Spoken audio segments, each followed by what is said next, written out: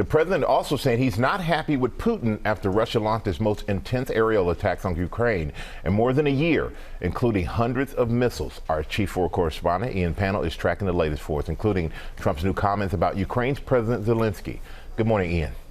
Yeah, good morning, Michael. That's right. President not happy with President Zelensky, not happy with President Putin either. It's been 3 long days and nights of Russian attacks on Ukraine. Last night was a record number of strikes, over 350 drones as well as cruise missiles fired by Russia into Ukraine, and at least 29 civilians killed and more than 140 injured. We've seen 3 days and nights of continuous strikes, many of them focused on the capital, Kyiv. President Zelensky again appealing to the US and Europe to intervene.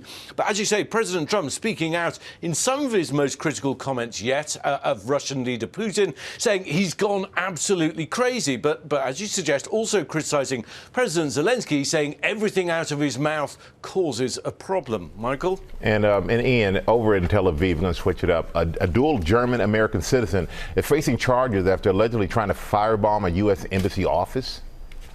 Yeah, what officials are saying is this was a 28-year-old, as you say, American-German, Joseph Neumeier, seen here in his Facebook profile. He approached the building in Tel Aviv with several Molotov cocktails. He's also accused, he was charged in the US, of posting threats against the embassy and President Trump on social media, including writing, "Death to America, death to the West." Michael? And there's one last thing. There are growing concerns now about the humanitarian situation in Gaza as Israel ramps up airstrikes in its war against Hamas. Tell us about that.